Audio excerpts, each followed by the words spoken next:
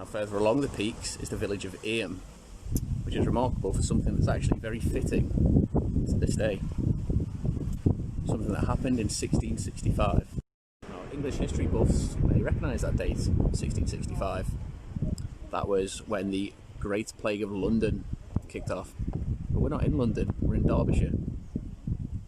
The plague spread here through an infected bundle of cloth.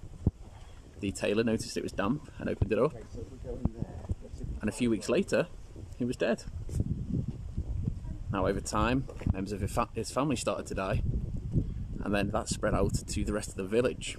Now as the plague began to spread, the villagers looked to their local reverend for advice, and they took a rather extreme step of quarantining the whole village. Does that sound familiar?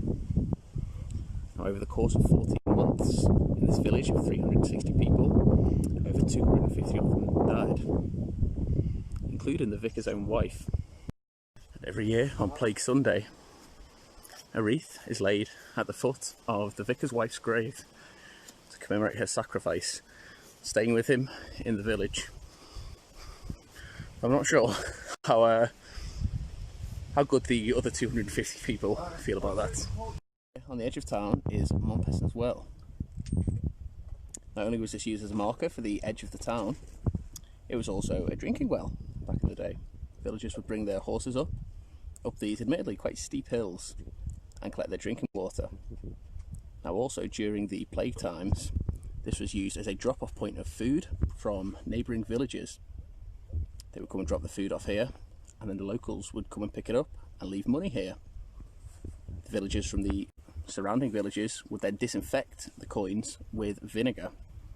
Of course, contactless payment has been a thing all the way since back then.